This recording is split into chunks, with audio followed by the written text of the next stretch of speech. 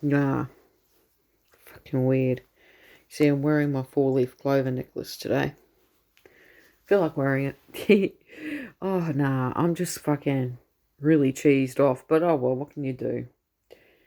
And now I'm a bit paranoid now about the rings, because in this little display thing, I've got the rings on the very top, and then I've got my crystals down the very bottom.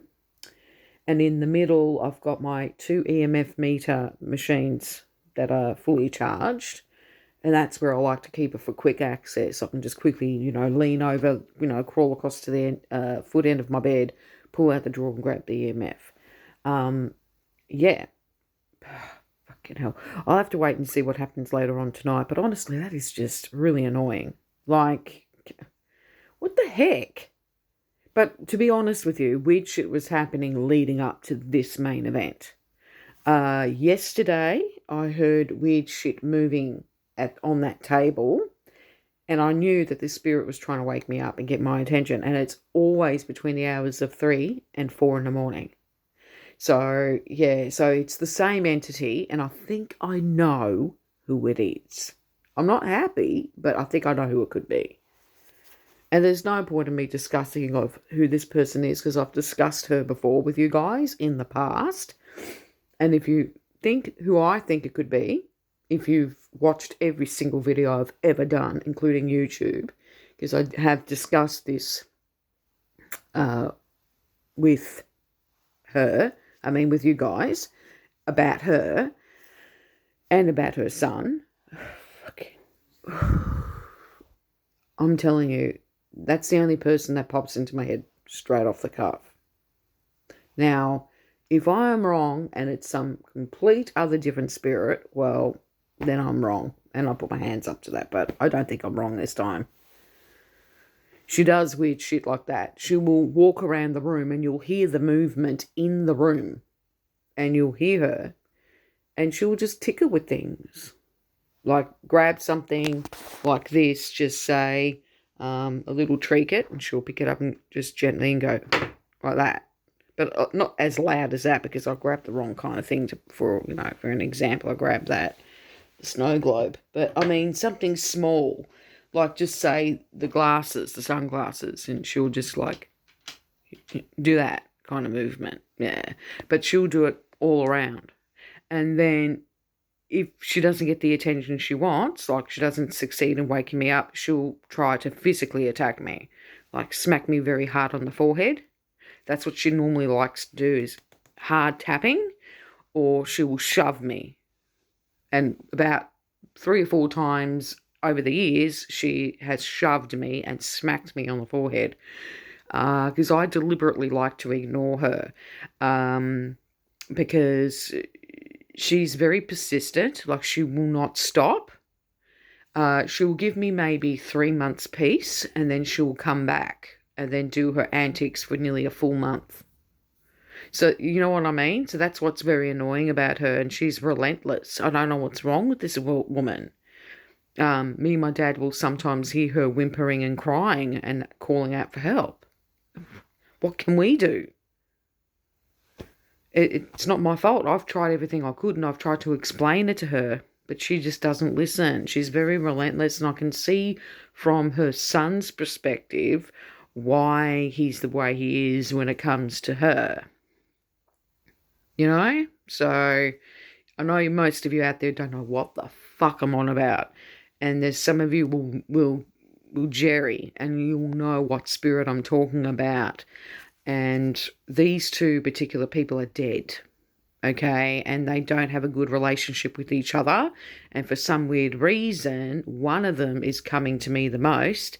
The other one stopped coming to me in visions and in visitations because of her, because she's lingering around all the time trying to get me to help her in the areas of communicating with her son. But her son wants nothing to do with her. He keeps running away from her. And he's also too scared to approach me because of her. Weird, I know, but it's the honest truth. Because I discussed all of this with my father as well, and still to this day we can't figure out why she is coming to me. and why she's so relentless and she won't quit. And I'm starting to think it was her because this weird activity's happened 3 nights in a row now, one after the other. Weird tickering in the room, and I've just been deliberately ignoring her, not giving her any time, any attention whatsoever. Hang on, I've just got to fix this. Yeah, so this hoodie. Yeah, you know what I mean? So I don't know, man. I can't. It's not my fault. If I'm flipping sleeping, it's like I wish she could use her brain. Honestly, if I'm sleeping, right, what does that tell her? Oh, I better leave her alone, she's asleep. No, she doesn't give a shit. Because there's no sense of time where they're from where they're looking at things and looking out towards us kind of thing. The timelines are different, specifically for her, for all spirits, really, when you think about it. But because she's so relentless and she won't give up, because she's so desperate to communicate with the sun and sort things out so that way she can fully cross over. She's not crossed over. She's in limbo. So because she's in limbo and she hasn't fully crossed over, her husband's crossed over. He's waiting for her. Yeah, he's on his own up there. He's thinking, where's my son? Where's my wife? Like, what the heck? So he's already elsewhere. She's in limbo. Her son's off, exploring all other spiritual planes. So, like, he's, on an adventure practically. He's exploring all avenues, all spiritual doors. You know what I mean? That's what he's doing at the moment. He has no interest, no desire to sort things out with his mum. Their relationship is so badly strained. I've tried all I could. I've tried to encourage her to come to me in visions instead of coming here to tick around with things to get my attention. She can't do it for some weird reason. She just can't. She only was able to do it once. Since then, she hasn't been able to come back to me. Instead, she prefers to physically be here, doing weird shit to the property and walking around shuffling. It sounds like there's someone late at night shuffling, wearing slippers, shuffling around the property, whimpering and crying softly, but you can just hear it. There was one time she did it at 12:30 p.m. during the day, and it scared the fuck out of me. I seriously thought someone was injured out there, and I quickly got up in a panic. My heart was pounding. There was no one out there. I checked on the units across. I yelled out along here. No one.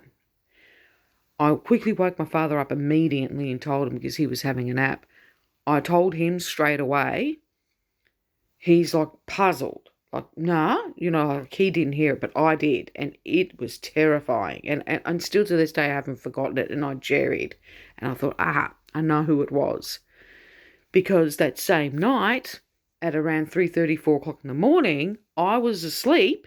My dad was hearing whimpering and crying and shuffling up the driveway like someone's wearing slippers. Happened the same night. You know what I mean? Sort of the same day, but leading into the next day. I heard her at 12:30 p.m. the next day. He heard her much earlier at around between 3 and 4 in the morning while I was asleep. And I said, Dad, why didn't you wake me? Because I was a bit annoyed with him. So why didn't you fucking wake me? Because I didn't want to disturb you, your sleep. And I'm like, no, you should have woke me. Because I wanted to hear her so I can compare what it sounded like. So we know for a fact, yes, it's 100% her. Do you know what I mean? But I know it's her. So what can I do? There's nothing I can do. Psychics are too scared to come here. Remember I told you guys about that story? They're too scared. They're not willing to help. I have to go and figure all this out for myself. Poor me and my dad smashing our heads together, trying to figure out what the fuck is going on.